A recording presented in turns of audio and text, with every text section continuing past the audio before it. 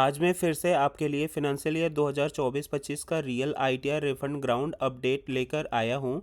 Rumours नहीं, WhatsApp forwards नहीं, सीधा इनकम टैक्स पोर्टल के एक्चुअल प्रोसेसिंग डेटा के साथ वीडियो के स्टार्ट में ही क्लियर कर देता हूँ।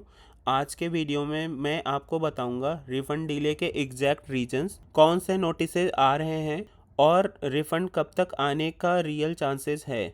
वीडियो शुरू करने से पहले एक सिंपल सवाल कमेंट में लिखिए, रिफंड रिसीव या स्टिल वेटिंग। साथ में आईटीआर टाइप और फाइलिंग डेट भी मेंशन करिए। अब आइए स्लाइड पर। ये डेटा 9 दिसंबर से 20 दिसंबर 2025 तक का है। यदि आप 9 दिसंबर को देखोगे तो total number of ITR process था 7.54 करोड़, जो कि 20 दिसंबर में बढ़ के 7.77 करोड़ हो गया है। तो मोरलेस लाइक 23 से 24 लाख आईटीआर प्रोसेस हुए हैं इस पीरियड में। यदि आप डे वाइज पिछले 4 दिन का डेटा देखोगे तो 17 दिसंबर में 7 करोड़ 70 लाख 79,553 आईटीआर प्रोसेस हुए थे, जो कि बढ़ के 18 दिसंबर को 7 करोड़ 73 लाख 20,745 हो गया। वहीं 19 दिसंबर को 7 करोड़ 76 लाख 20,578 आईटीआर प्रोसेस हुए थे, जो कि बढ़ के 20 दिसंबर को हो गया 7 करोड़ 76 लाख 89,548। सो 19 दिसंबर और 20 दिसंबर में आप देखोगे number of ITR process slightly down हुए हैं as compare to 17th 18th और रेस्ट ऑफ डेज। यहाँ पे सिर्फ और सिर्फ ऑलमोस्ट 60,000 का जो आईटीआर प्रोसेस में इंक्रीमेंट हुआ, which is comparatively very low in the month of December. ये डेटा 9 दिसंबर से 20 दिसंबर 2025 तक का है। CPC processing figures clearly show कर रहा है डेली प्रोसेसिंग चल रही है। रिफंड्स रुके हुए नहीं हैं, बल्कि फिल्टर्ड बैचेज में प्रोसेस हो रहे हैं। इसका मतलब क्या है? अर्ली जून जुलाई फाइलिंग्स ग्रेजुअली क्लियर हो रहे हैं। Simple ITR 1 ITR 2 cases fast move हो रहे हैं। हाई रिस्क या हाई वैल्यू रिफंड्स थोड़े स्लो हैं। इसलिए अगर आप जुलाई या अगस्त फाइलर हैं और अभी रिफंड नहीं आया तो ये एबनॉर्मल नहीं है, सिस्टम चल रहा है, बस सेलेक्टिव स्क्रूटनी के साथ। अब सबसे इम्पोर्टेंट पार्ट, रिफंड डिले क्यों हो रहा है। मैं आपको एक्चुअल सिस्टम रीजन बता रहा हूँ, गेसवर्क नहीं है।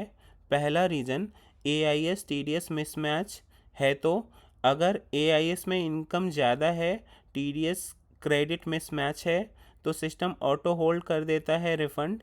इवन ₹1000 का भी मिसमैच है तो ये डिले कॉज कर सकता है आपका रिफ़ंड का।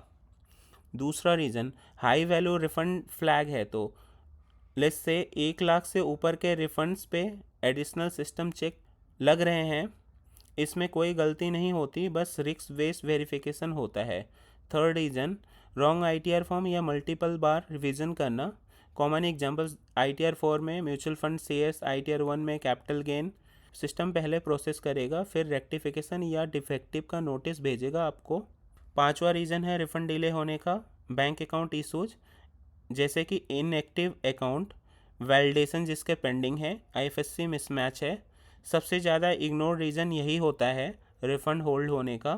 पांचवा रीज़न है ओल्ड डिमांड के अगेंस्ट में एडजस्टमेंट्स। सेक्शन 245 अगर कोई पुराना आउटस्टैंडिंग डिमांड है, सिस्टम रिफ़ंड ऑटोमेटिकली एडजस्ट कर देता है। और सिक्स्थ रीज़न जो कि मैनुअल सीपीसी रिस्क स्क्रूटनी आप बोल सकते हो। कुछ केसेस में रैंडम सिलेक्शन में मैनुअल क्यू में चले जाते हैं आपके आईटीआर। इसमें टाइम लगता है, पैनिक होने की ज़रूरत नहीं है। अब आते हैं नोटिस के कन्फ्यूज़न पर। आजकल मोस्टली लोगों का आईटीआर प्रोसेस हो रहा है, उनको रिफ़ंड भी आ रहे हैं, बट साथ के साथ बहुत लोगों को नोटिसेज आ रहे हैं। तो मैं इस पे नोटिसेज से लेके आपको थोड़ा सा क्लियरिटी दे देता हूँ। जैसे कि कुछ 143(1) का आपको इंटीमेशन आ रहा होगा।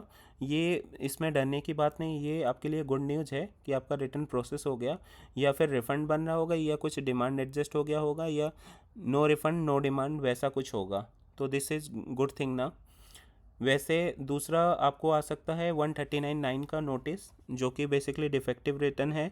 इसमें आपने कोई रॉन्ग फॉर्म या कुछ मिसिंग स्केड्यूल है, तो आपको ये आता है कि आप करेक्ट कर सकते हो, रिवाइज कर लो या रिटर्न। उसके बाद आपका जो भी रिफ़ंड वगैरह है वो रिज्यूम हो जाते हैं। तीसरा है 143(1) ए का। तो इसमें क्या होता है, टीडीएस या डिडक्शन का कोई मिसमैच है, तो आपको इंटीमेशन नोटिस आएगा, उसमें आपको जस्ट एग्री और डिसएग्री करना होता है विथ एक्सप्लेनेशन। चौथा AIS TIS का अलर्ट है, इसमें इनकम मिसमैच अलर्ट बोला जाता है। ये नोटिस नहीं है, ये जस्ट वार्निंग है कि आप अपना एक बार 26AS AIS वगैरह कंपेयर कर लो, कुछ मिसमैच है तो आप उसको रिवाइज कर दो। वैसे सेक्शन 245 का आपका इंटीमेशन का नोटिस आता है, जिससे डरने की बात नहीं है। बस इसमें आपका कुछ ओल्ड डिमांड है, उसके अगेंस्ट में आपका रिफ़ंड एडजस्ट हो जाता है।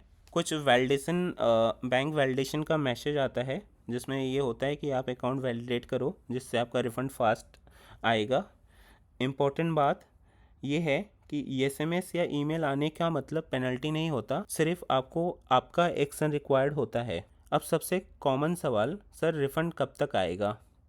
तो रियलिटी यही है, नो मिसमैच और जिसका बैंक वैलिडेशन ओके है तो रिफ़ंड कभी भी आ सकता है। AIS या TDS इशूज़ हैं तो आपको रिस्पॉन्स जब आप दोगे तो उसके 15 से 30 दिन और लग सकता है। हाई वैल्यू रिफ़ंड है तो जनवरी फर्स्ट हाफ तक मैक्सिमम आ सकता है। वैसे एक्सपेक्टेड है बिफोर 31 दिसंबर ही आ जाएगा मोस्टली केसेस में। और मैनुअल केसेस में जिसका ITR मैनुअल वेरिफिकेशन में सेलेक्टेड हुआ, उसका थोड़ा सा टाइम लग सकता है, तो उसको थोड़ा सा पेशेंस बनाने की ज़रूरत है। दिसंबर एंड तक बल्क क्लियरेंस चल रहा है, जनवरी में नेक्स्ट मेजर बैच एक्सपेक्टेड है।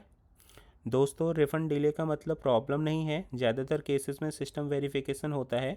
अगर स्टेटस अंडर प्रोसेसिंग है, कोई सीरियस नोटिस नहीं आया, तो आपका रिफ़ंड आ जाएगा। वीडियो आपको यूजफुल लगा हो तो लाइक करिए, चैनल को सब्सक्राइब करिए, शेयर करिए उन लोगों के साथ जो टेंशन में हैं। मैं रेगुलर रियल डेटा के साथ रिफ़ंड अपडेट्स लाता रहूँगा। कमेंट में बताइए रिफ़ंड रिसीव या स्टिल वेटिंग।